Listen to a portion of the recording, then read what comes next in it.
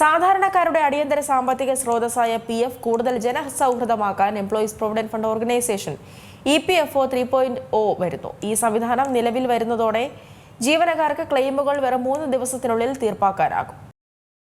സാധാരണക്കാരുടെ അടിയന്തര സാമ്പത്തിക സ്രോതസ്സായ പ്രൊവിഡന്റ് ഫണ്ട് കൂടുതൽ ജനസൗഹാർദ്ദമാക്കാൻ employees provident fund organisation EPFO 3.0 എന്ന പുതിയ സാങ്കേതിക പതിപ്പ് അവതരിപ്പിക്കുകയാണ്.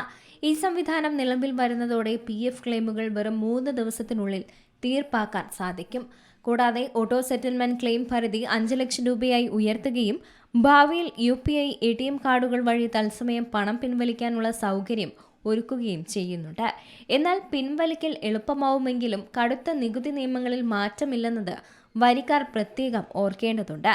അക്കൗണ്ട് തുടങ്ങി 5 വർഷം പൂർത്തിയാകുന്നതിന് മുമ്പ് PF തുക പിൻവലിച്ചാൽ 10% TDS ഈടാക്കുകയും ആ തുക വാർഷിക വരുമാനത്തിൽ ഉൾപ്പെടുത്തി നികുതി കണക്കാക്കുകയും ചെയ്യും. എന്നാൽ PF അക്കൗണ്ടുമായി പാൻ കാർഡ് ലിങ്ക് ചെയ്തിട്ടില്ലാത്തവർ 5 വർഷത്തിന് മുമ്പ് 50,000 രൂപയിൽ കൂടുതൽ പിൻവലിക്കുകയാണെങ്കിൽ TDS നിരക്ക് 20% മുതൽ 30% വരെയായി ഉയരും. ഇതിനു പുറമെ വ്യക്തിയുടെ നികുതി സ്ലാബ് അനുസരിച്ച് അധിക നികുതിയും നൽകേണ്ടി വരും. അതേസമയം 5 വർഷത്തെ സേവന കാലാവധി പൂർത്തിയാക്കിയ ശേഷം പിൻവലിക്കുന്ന മുഴുവൻ തുകയും യാതൊരുവിധ നികുതിയോ TDSോ ബാധകമാവില്ല. ഇത്തരം അനാവശ്യം സാമ്പത്തിക നഷ്ടങ്ങളും ഉയർന്ന നികുതിയും ഒഴിവാക്കാൻ വരിക്കാർ പ്രധാനമായും ചില കാര്യങ്ങൾ ശ്രദ്ധിക്കേണ്ടതുണ്ട്. PF അക്കൗണ്ടുമായി പാൻ കാർഡ് നിർബന്ധമായും ലിങ്ക് ചെയ്യുകയാണ് ഇതിൽ ആദ്യപടി.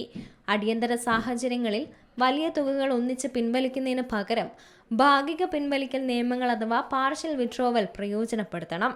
സാധ്യമാവുമെങ്കിൽ 5 വർഷത്തെ സേവന കാലാവധി പൂർത്തിയാക്കിയ ശേഷം മാത്രം തുക പൂർണ്ണമായി പിൻവലിക്കാൻ ശ്രദ്ധിക്കുന്നത് വഴി ഭാരിച്ച നികുതി ബാധ്യതകളിൽ നിന്ന് പൂർണ്ണമായും രക്ഷപ്പെടാനും സാധിക്കും. News desk C Malayalam news.